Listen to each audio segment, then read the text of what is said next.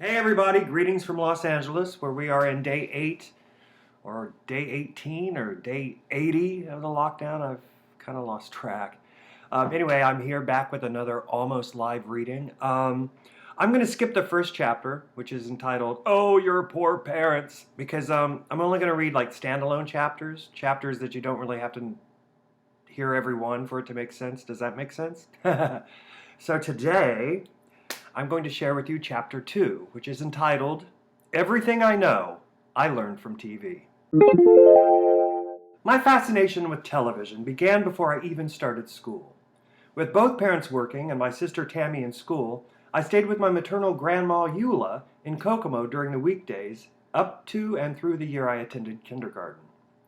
When she wasn't shopping or cooking, Grandma was glued to the daytime TV talk shows and the soaps on NBC. Her favorite was Another World.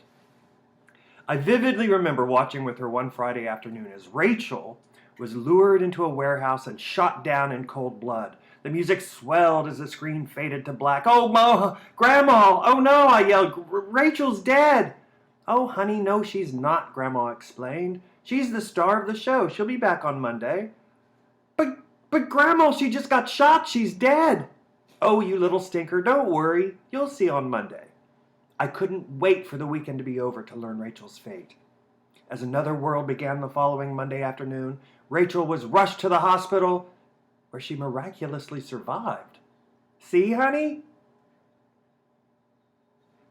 These aren't real people, I realized. These are just grown-ups playing make-believe. How cool is that?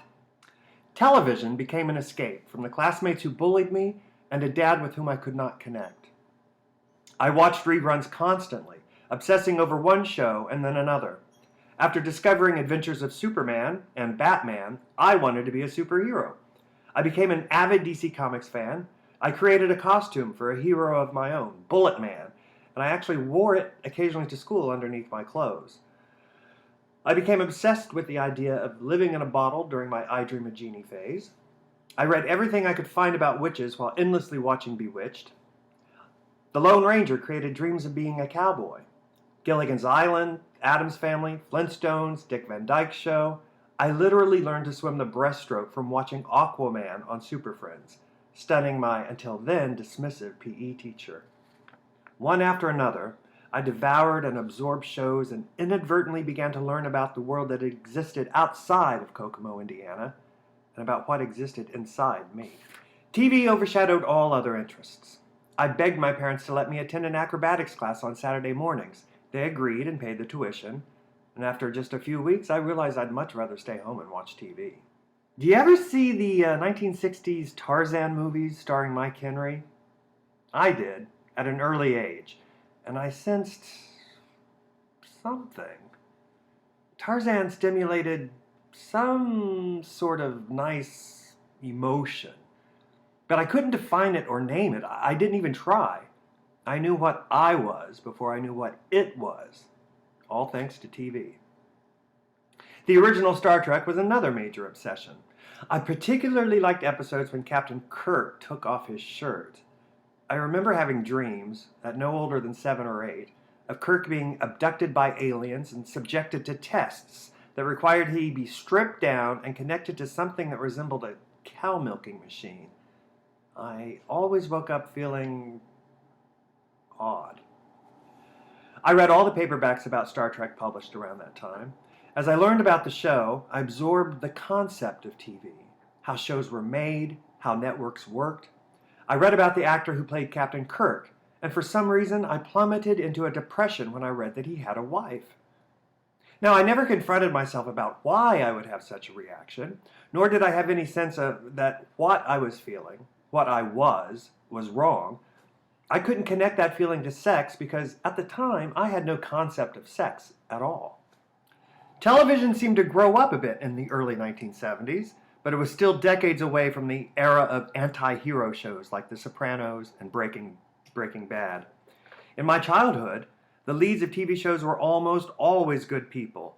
In a strange way, I subliminally gleaned my own sense of morality from what I saw on TV. I watched as Mary Richards worked hard and made the right decision, even though I identified much more with Rhoda. And wait a minute, did Rhoda just tell Phyllis that her brother was gay? Really? Maud spoke out loud, very loud, about the issues of the day, but even she never crossed the line into being bad.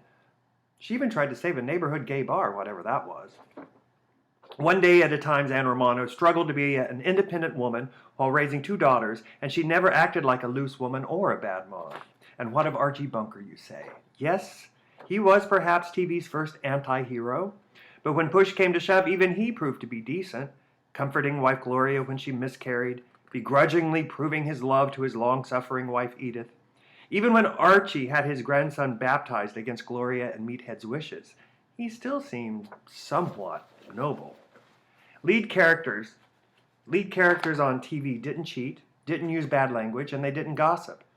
If someone smoked, you automatically knew he or she was the villain. The good people always won, the bad people lost, all conflicts were resolved, and the star almost always got what he or she wanted by the last commercial.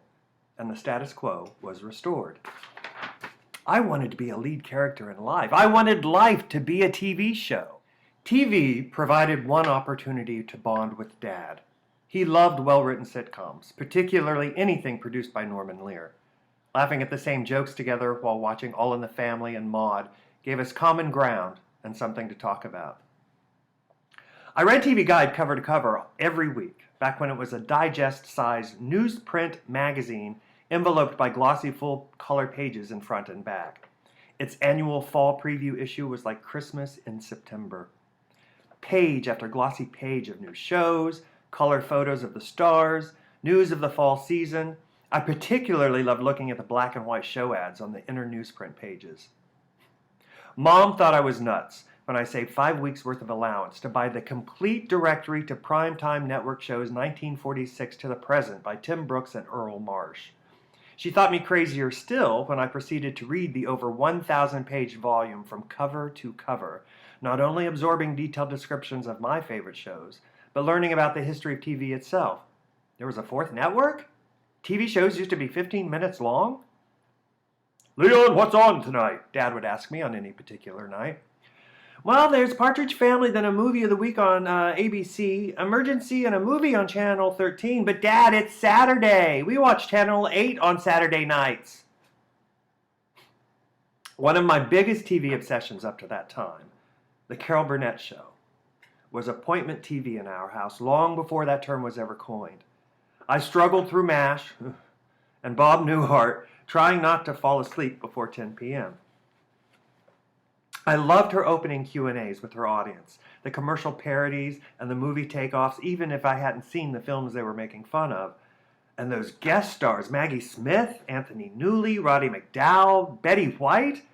I wasn't crazy about the big musical numbers, but they were impressive. Watching them struggle not to crack up during the sketches was the best. They were having such fun. How lucky they get paid to do this. I wish I could do that. My favorite bits were the family sketches with Eunice, Mama, and Ed. For some reason, those bits really struck a chord with me. The small town setting, Eunice's unrealized big-time showbiz dreams, the hilarious accents, the vicious, ruthless attacks. My friend Cheryl and I would mimic Mama and Eunice endlessly on camping trips, driving our parents mad with our horrible imitation Southern accents. Sometimes, I even managed to stay up for the first 30 minutes of a brand new, very strange variety show called Saturday Night Live. When I was 12, Dad had to attend a UAW convention in Los Angeles, and he took us along. LA was a huge disappointment visually. The sky was a deep gray, and the city seemed as flat as Indiana and even more vast. The low point of the trip was riding in a car with a terrified mom as she braved Southern California freeways all the way to beautiful downtown Burbank to see a taping of The Tonight Show with Johnny Carson. After what seemed like hours, we arrived at NBC, and Mom was crushed when she was told that kids under 16 were not allowed in the studio audience. We begged Mom to go in without us. We told her that we would wait in the car, but The Tonight Show was 90 minutes long in those days, and Mom was terrified to leave us alone that long. She feared we'd be kidnapped by the Symbionese Liberation Army, the SLA, those wacky terrorists who'd recently snatched Patty Hearst. We got back into the car, drove back to the hotel, and she never did get to see Johnny. The best memory was the Universal Studios tour. Touring the back lot, glimpsing behind the scenes, only fed my TV fever. The tour guide at one point asked how many of us saw a movie a week. A few people raised their hands. She then asked how many watched TV once a week. Every hand shot up, and my TV mania intensified to a new level. As I started junior high, I found a new best friend, Harry. He was a sissy boy and a TV fiend just like me. By the mid-1970s, Bionic Woman and Wonder Woman had eclipsed all previous TV obsessions, and Harry shared my madness for both. Footnote. Decades later, a shrink told me I was attracted to these shows because they provided role models who were strong but not macho. Bingo! Now you could keep Charlie and his Angels. Harry and I would tape episodes on our cassette recorders. We kept volumes of scrapbooks, clipping out photos of Lindsay Wagner and Linda Carter. Bonus points if Miss Carter was in her Wonder Woman costume. We wrote our own scripts, short little skits, ongoing TV series or movies. Then we acted them out, recording them on our cassette recorders. Soon we graduated to film. Using my mom's silent Super 8 camera, we shot 12 3-minute episodes of a series called Wonder Twins, playing costume superhero siblings continually targeted by a villain played by Harry's brother Mike. Footnote. We were mad as hell months later when Super Friends introduced two characters, also named the Wonder Twins. I learned other things from TV. I'd always been clumsy and insecure on a horse or a mule. Footnote. For the uninitiated, mules are not donkeys. They are a hybrid of a horse and a donkey. They're basically horses with longer ears, more common sense and stamina, and a hilarious signature bray. I would bounce around and clutch the saddle horn. I had no seat, as they say in horsey circles. During summers, we'd go to mule shows in Red Rock, Iowa, where Dad competed and often won. The first time we went, a runaway mule knocked me down and trampled me as it fled the arena. The resulting screams and my mom's terrified expression as the officials ripped open my jeans to check the damage was scarier than playing footmat for a mule. Footnote. Luckily, the mule stepped on my rear right thigh and not my back or ribs. It left an impressive mark for several months. That was enough! I watched the rest of the events from the safety of the sidelines. The following spring, as Dad brought our mules out for the first time since winter, I couldn't wait to jump on my mom's mule, Tuckerjack. I galloped around the yard as my parents watched, open-mouthed. They were amazed. I suddenly was a good rider. I'd found my seat. I had confidence in the saddle. What had happened? That summer, I entered, alongside Dad, the main event in the Iowa Mule Show, a long race outside the arena across a mile-long field. Oh, well, now, isn't that cute? That delicate little 13-year-old competing against all of us old-seasoned mule breakers. Bless his heart. I had no expectations. I just wanted to ride fast. The race began. About 15 of us took off. Now, Tuckerjack always ran ahead of the rest whenever we were heading back to the barn or camp. But I was stunned as he lunged forward with more horsepower than he'd ever displayed before. It was like riding a rocket. Suddenly, we were in third place, then second. I came up on Dad and his mule Shadrach, currently in first place. "Dad," I shouted as I approached, "hurry up or I'll have to pass you." Dad turned back to look and broke out in a wide grin. "Don't worry about me. Go, go!" And I did. Tuckerjack and I won the race. Those grizzled, seasoned mule breakers were incredulous as I was handed the prize money and trophy, and I'll never forget Dad's smiling face. I felt like I'd made him proud of me at long last. It was a wonderful feeling. I wasn't about to spoil it by telling Dad the truth. I had acquired my newfound equestrian prowess by observing Wonder Woman riding a stallion to chase after a runaway horse. By the late 70s, the three TV networks' bloodthirsty battle for rating supremacy became news. It even inspired the amazing Oscar-winning Film Network. It fascinated me endlessly. My parents didn't share my interest. Coming home from the movie network, my dad exclaimed, "What the hell did we just see? I don't get it." But I did. Many kids my age played Dungeons & Dragons. With our TV geekdom reaching a fevered boil, Harry and I created our own game, Fantasy Networks. What the hell is that, you ask? Well, Harry had his imaginary TV network, WBS. My pretend network was UBC. We would each plan our schedules, creating shows and deciding where they'd land on our respective lineups. Then we'd compare our programming slates and mutually decide which shows and lineups were the hits and which would probably flop. Then we adjusted our schedules accordingly. You're judging me right now, aren't you? Admit it. Like network TV at the time, many of my shows were copycats and ripoffs of real-life hits, like Hawaii Hotel. Filmed on location with weekly guest stars, it was my answer to The Love Boat. A few original shows I was particularly proud of. Amazing Grace followed Sister Grace, a middle-aged nun who always found herself solving murders. Think Columbo in a habit. And this was several years before Murder, She Wrote. Orion's Belt was a sci-fi epic about the lonely crew of an intergalactic tanker ship assigned to a distant part of the universe. And in the Norman Lear vein, there was Yesterday, a serio-comic sitcom about a group of cohabitating co-eds in the rapidly changing late 1960s. We played this game for several seasons. All of this nonsense with Harry, obsessing over TV shows and taping them on cassette, filming Wonder Twins, playing network honchos.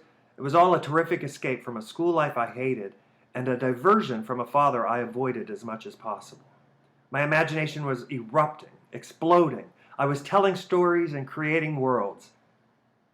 Maybe I could work in the TV business when I grow up. Maybe I'll be a writer. Hey, maybe I'll be an actor.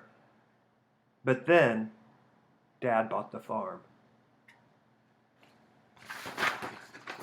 No, my dad did not die. I will actually give you the first line of the next chapter.